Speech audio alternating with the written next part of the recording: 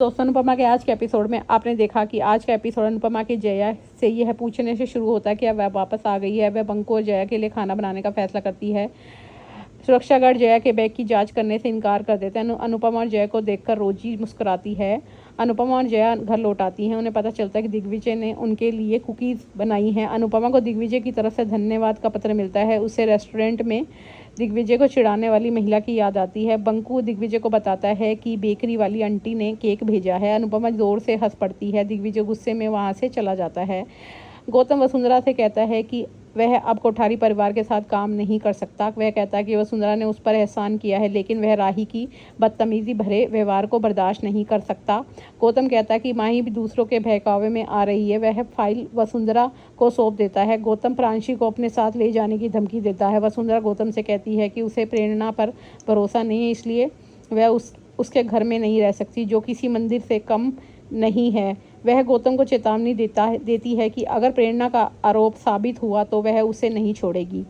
वसुंधरा कहती है कि वह हिसाब किताब में भी माहिर है और गौतम चेतावनी देता है कि वह उसकी इज्जत की और गौतम को चेतावनी देती है कि उसकी इज्जत ही सब कुछ है। वह किसी को भी इसे बर्बाद नहीं करने देगी। अनुपमा को जया के बैग में हार मिलता है। बंकू अनुपमा को बताता है कि पुलिस उसे ढूंढ रही है। दिग्विजय इंस्पेक्टर से पता दोबारा जांचने को कहता है। पुलिस बताती है कि सुवन रिट्रीट होटल में काम करने वाली अनुपमा उसी जगह रहती है। पुलिस कहती है कि चोरी की शिकायत अनुपमा के खिलाफ है। पुलिस अनुपमा को बताती है कि उस पर अपनी बेटी का इस्तेमाल करके एक महंगा हार चुराने का आरोप है। दिग्विजय अनुपमा से सवाल करता है। अनुपमा कहती है कि वह चोर नहीं हो। पुलिस से बात करने का फैसला करती है। वह हार लौटा देती है और कहती कि उसे यह जया के बैग में मिला था। अनुपमा कहती है कि अगर उसे चोरी करनी होती तो वह नौकरी क्यों ढूंढ रही होती। वह कहती है कि हार गलती से उसके पास आ गया था। पुलिस अनुपमा को थाने आने के लिए कहती है क्योंकि हार का मालिक और मैनेजर उसका इंतजार कर रहे हैं। प्रेम राही से पूछता है क्या उसे नींद नहीं आ रही है। राही कहती है कि वह अपने बॉस से ट्रेनिंग के लिए किसी और को भेजने के लिए कहने की सोच रही है। प्रेम राही से पूछता है कि वह खुद पर भरोसा क्यों नहीं कर रही है और प्रेरणा के मजाक या वसुंधरा के ताने की चिंता क्यों कर रही है।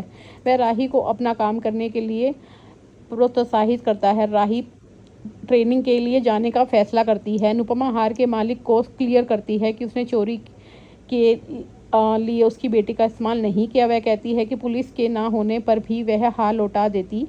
पालिक अनुपमा से पूछता है कि वह उस पर विश्वास क्यों करे। अनुपमा कहती है कि वह कभी कुछ गलत नहीं करती और अपनी रोजी रोटी के लिए कमाती है। वहीं जया बंकू से अनुपमा को वापस लाने की गुहार लगाती है क्योंकि वह निर्दोष है। वह रोती और बंकू से विनती करती है। दिग्विजय जया की विनती सुन लेता है। रोजी इंस्पेक्टर को बताती कि उसने अनुपमा को हार चुराते हुए देखा है। अनुपमा कहती कि रोजी झूठ बोल रही है। वह सवाल करती है कि अगर रोजी ने उसे देखा था तो उसने तुरंत क्यों नहीं रोका और या क्या वह उसे फंसाने की योजना बना रही थी। रोजी अपना बचाव करते हुए कहती कि उसने अनुपमा को जया के कान में कुछ कहते हुए देखा था। वह दावा करती है कि अनुपमा ने ही जया को हार चुराने का निर्देश दिया था। अनुपमा अपना बचाव करती है। मालिक अनुपमा के खिलाफ कोई शिकायत दर्ज करने से इनकार कर देता है, लेकिन मैनेजर उसे नौकरी से निकाल देता है। अनुपमा पूरी तरह से टूट जाती है। माही रोती और गौतम से डरती रहती है। उसे अपने पास देखकर डर लगता है।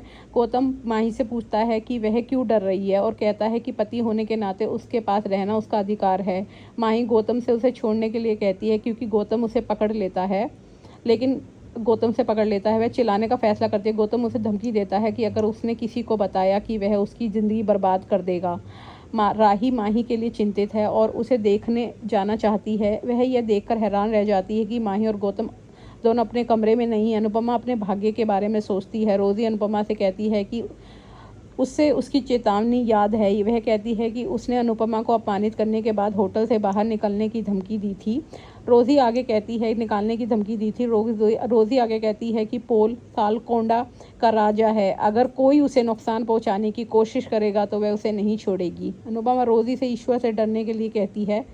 अब आगे का एपिसोड जानने के लिए हमारे चैनल को लाइक और सब्सक्राइब कीजिए।